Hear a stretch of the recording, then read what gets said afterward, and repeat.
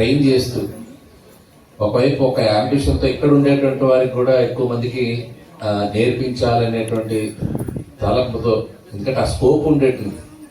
ఇప్పుడు మనకు చాలా వరకు ఎంప్లాయ్మెంట్ జనరేట్ అవుతున్నా గ్లోబల్లీ ఎక్కువ స్కోప్ ఉండేటువంటి ఈ ఫీల్డ్ని ఎంచుకొని వైజాగ్లో స్థిరపడినటువంటి వ్యక్తి ఇక్కడ ఉన్నారు.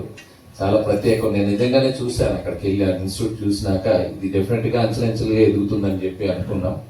బట్ షార్ట్ స్పాన్లో దగ్గర 3,000 మందికి ఇది ద్వారా గ్లోబల్లీ వాళ్ళు ట్రైన్ చేసిన వాళ్ళందరూ కూడా వర్క్ చేస్తున్నారని చెప్పినప్పుడు చాలా ఆనందం కలిగింది.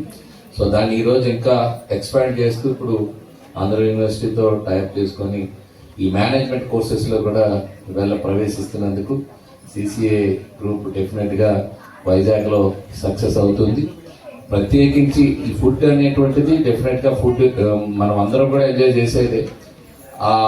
ఆ చేసే దాంట్లో ఒక డిఫరెంట్ థింగ్ ఏంటంటే క్రూజ్ అనేటువంటిది అనగానే మనం కూడా ఈ విశాఖపట్నం మన సముద్రం చూసి ఎప్పుడు క్రూజ్ ట్రావెల్ చేద్దామని అప్పుడప్పుడు ఏదైనా చెన్నైకో లేకపోతే అటు మన 2 సార్లు ప్రోగ్రామ్ పెట్టినప్పుడు చాలా మంది దాన్ని ఎంజాయ్ చేశారు.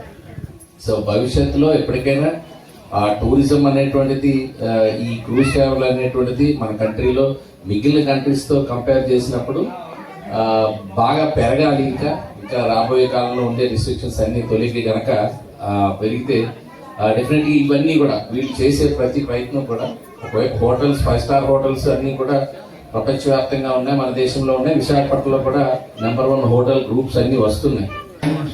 At Visakhapatnam place to recognize by the Andhra people.